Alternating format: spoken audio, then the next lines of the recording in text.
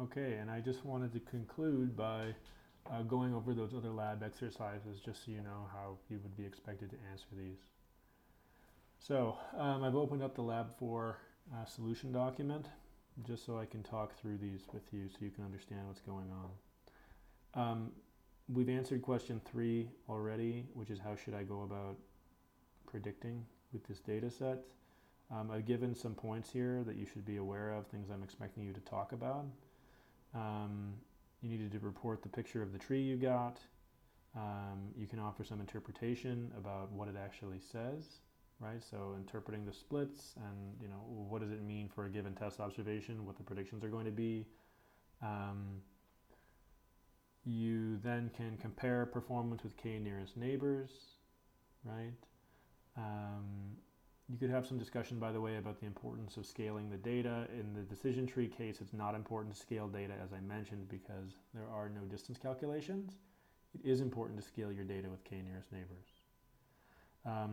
When you're doing the comparison between k nearest neighbors and decision trees, you need to report the confusion matrices for each and contrast them, right? Make sure you're comparing based on the same data in training and test.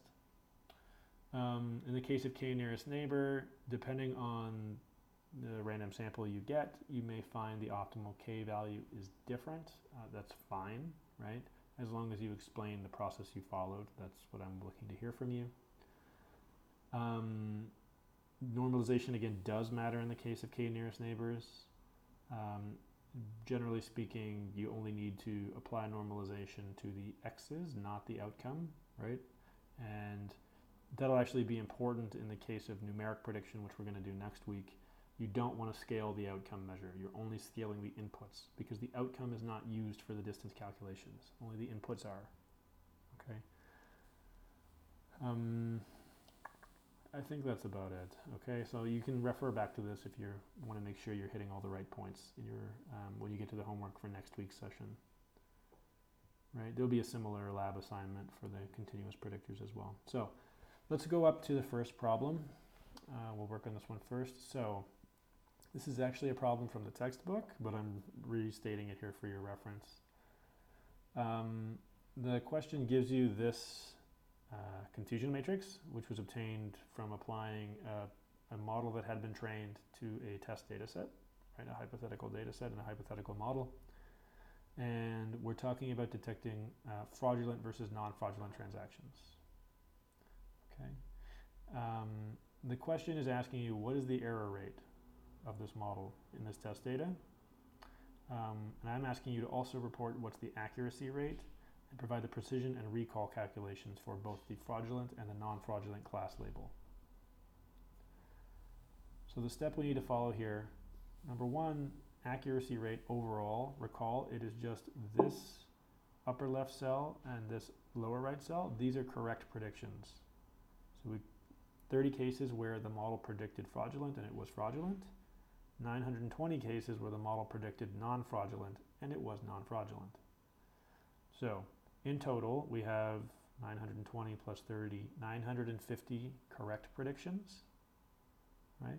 And then these are off diagonal cells. These are the errors, right? So we have in total 58 plus 32 is 90 errors.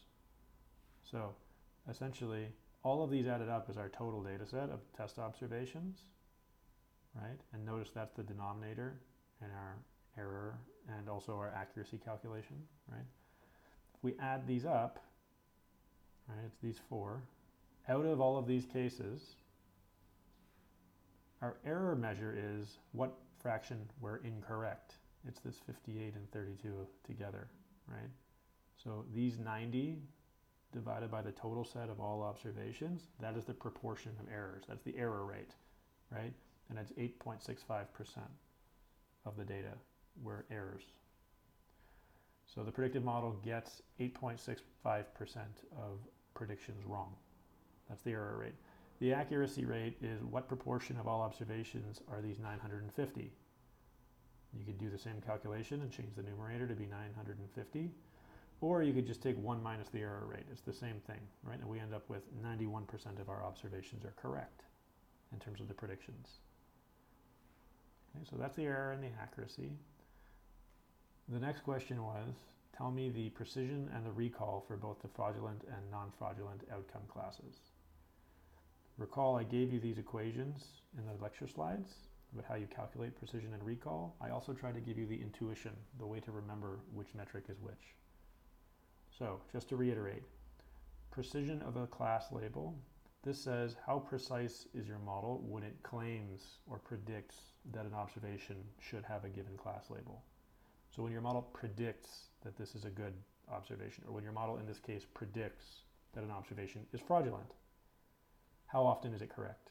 So this is given I've made a prediction of fraudulent, this column, I was right 30 times, right? Out of how many cases where I actually made that prediction? In this case, 88. So 30 over 88 is the precision of my fraudulent class label from this model. Does that make sense? Right, so 30 over 88 is the precision for the positive outcome in this case. I'm saying positive not because it's a positive thing, but because it's a 1. I'm detecting frauds. This equates to 34%, right? So 34% of the time when my model predicts that an observation is fraudulent, it is actually correct. Seems like a pretty low number. Conversely, recall is how sensitive is my model to what's actually going on. So this is how well does my model recall reality? So given something is real or true, how often is my model right about it? So the recall of a positive class in this case, or the recall of being fraudulent, right? So this is given something was a fraudulent transaction, this first row. What fraction of the time did my model detect it? 30 out of the total, 62. 30 out of 62 total cases where something was fraudulent, roughly 48% of the time do we recall fraudulence. Okay, we could make similar calculations for the negative case or the non-fraudulent label, right? So precision of non-fraudulent would be, given I've made a prediction of non-fraudulent, these two cases, right, these two cells, what fraction was I correct?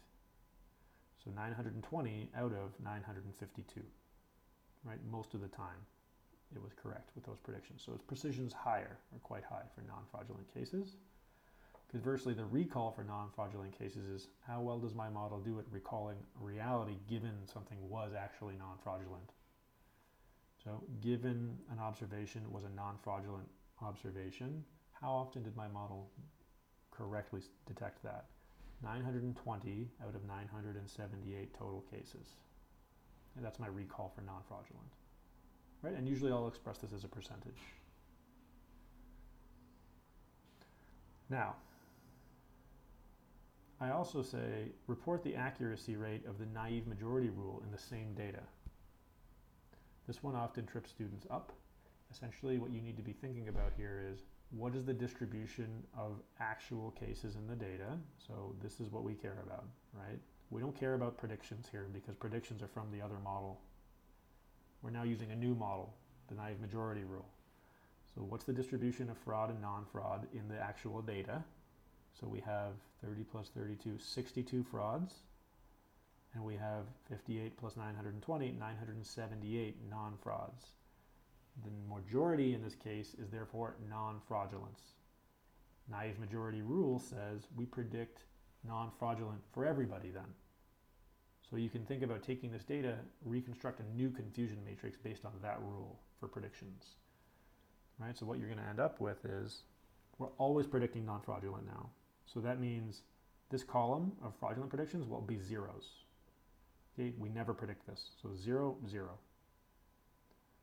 We always predict non-fraudulent, right? So this means these will be populated because this is always what we're doing. Essentially, when we predict non-fraudulence, we get all 62 fraudulent cases wrong, but we get all 978 non-fraudulent cases correct. Okay? So this means we get 978 observations of the test data correct with our predictions, and we get 62 incorrect. These are both zeros so we can ignore them. So essentially, our accuracy rate is 978 out of the total. Conversely, our error rate is 62 out of the total, right? Or 94% for the accuracy rate versus 0.059% roughly for the error rate, right? This is the 62 cases we're getting wrong. Okay, part B. The question is suggesting, suppose the algorithm that generated the above confusion matrix had an adjustable cutoff threshold. So we're changing the threshold we rely upon before we're willing to declare something to be a fraudulent case, right, in our predictions. Essentially, the default might be a 50-50. So if we go beyond 50% proportion of frauds in the training data, for instance, if it's a decision tree and we're looking at a particular leaf node for the subset in training data, if more than half of cases are fraudulent, we might generate a fraudulent prediction with a tree by default. But in practice, we can manipulate that threshold and raise it to be more conservative about our predictions of a given class. So if I raise the proportional threshold such that it needs to surpass 75%, that means we are only going to be willing to make a prediction of fraud if at least 75% of cases in the leaf node, again assuming decision trees at this point, are fraudulent. You could do the same thing with k-nearest neighbors. At least 75% of the k-nearest neighbors we identify for a test observation need to have been fraudulent. Right? The majority needs to be something of a supermajority before we're willing to make a declaration. So the question is asking you, what happens if you raise or lower the threshold, right, around the prediction for fraudulence? What's it going to do to your confusion matrix, the distribution of correct and incorrect answers that you get? And I've just given you a simple explanation. You could try this out yourself by hand and think about, if I'm going to raise the threshold on a fraudulent prediction, that essentially means I'm going to make fewer predictions in this column and more over here. In theory, if I'm raising the threshold, right, that means these positive predictions, some of them are going to move over here and become errors.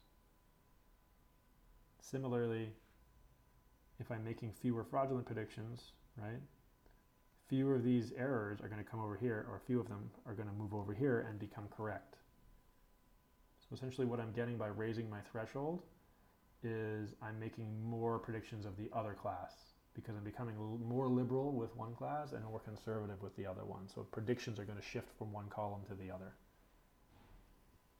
Okay, so that's basically what this description is saying, and you could calculate what would happen to your recall and your precision measures as a result, right?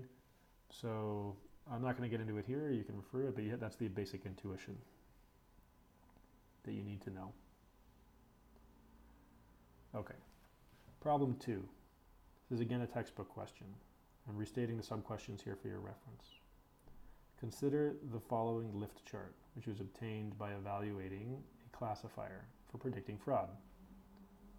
Recall, in a decile chart, the height of the line is the lift over a random ordering, right? So this is, I've rank ordered my data set based on the predicted probability of a case being a fraudulent case, with higher ones coming first and lower probabilities coming later. This is intended to increase the efficiency with which I detect fraudulent cases in my data, right? Because presumably there's a cost with each observation I inspect in practice, right? If I'm auditing someone, there's a cost for that.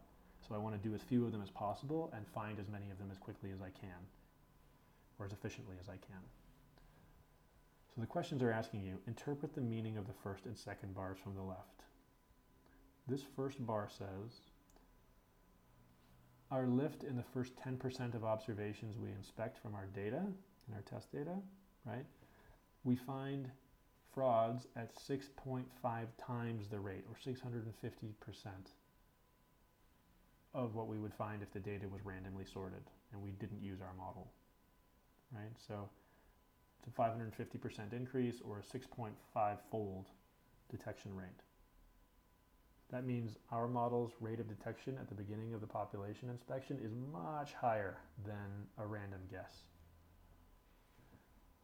The second bar is saying in the next 10% of data. So we've looked at, let's say we have 80 observations. The first decile represents the first 8 observations we've inspected. Next, the next 8, right, in our randomly versus sorted ordering of data. Our model in a sorted world where we've relied on our predictive model, in the next 10% of data, the second decile, we find frauds at approximately almost 3 times the rate we would find them in a random ordering.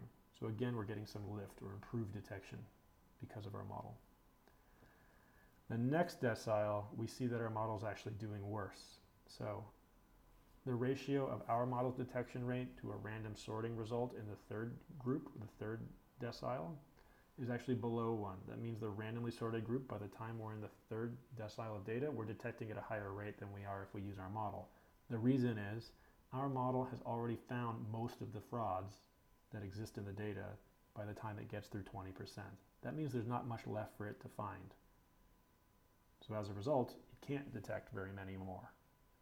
Right? So this isn't a bad thing. This actually means, this suggests something about the profit point or the break-even point is going to be somewhere between the 20th and 30th decile, or the second and third decile of data. You're going to stop seeing returns, so there's no point in continuing.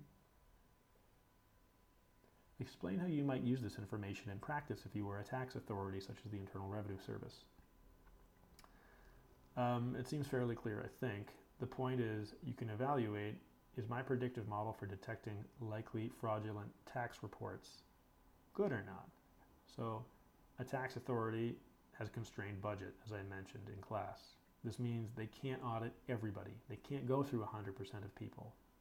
Let's say they're constrained such that they really only have money to audit 10% of people. And I think I have a comment here actually that the IRS actually only has resources typically to audit 2 to 3% of people in the US, so the number is even much smaller.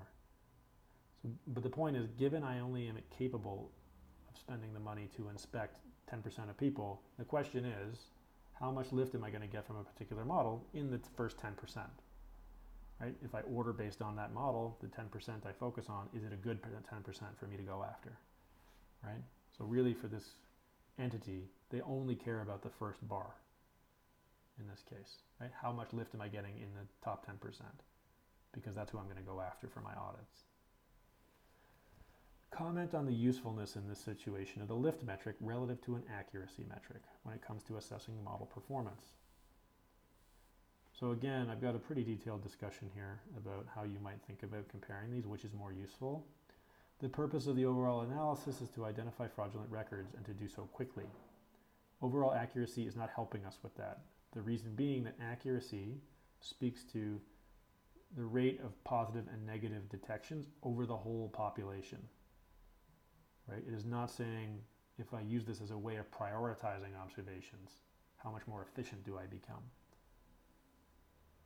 Using lift, you can actually descend through the data and show where do I get benefits and when do they cease? When should I stop? You can use this as a way of informing a targeting process, right? For which observations you should focus on to be efficient with your resources. Okay?